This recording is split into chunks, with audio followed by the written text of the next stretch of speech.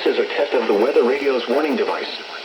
During potentially dangerous weather situations or other emergencies, specially built receivers are automatically activated to warn of the impending hazard. Tests of these receivers are normally conducted by the National Weather Service every Wednesday between 11 a.m. and noon. Reception of this program and the warning alarm will vary at any given location. The variability becomes more noticeable at greater distances from the transmitter.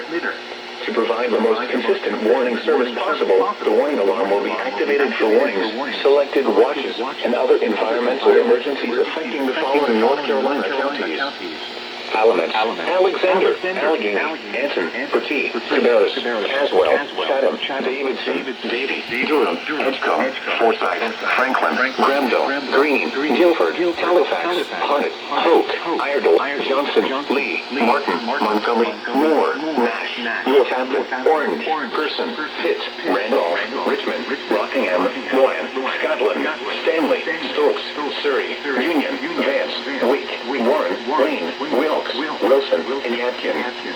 The warning alarm will also be activated for the following counties in South Carolina: Chesterfield and Marlborough, and the following counties in Virginia: Brunswick, Carroll, Floyd, Grayson, Henry, Mecklenburg, Patrick, and Pittsylvania.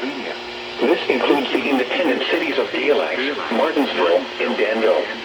Repeating, the National Weather Service has just activated the public warning alarm tone in the test of the weather radio's warning alarm system.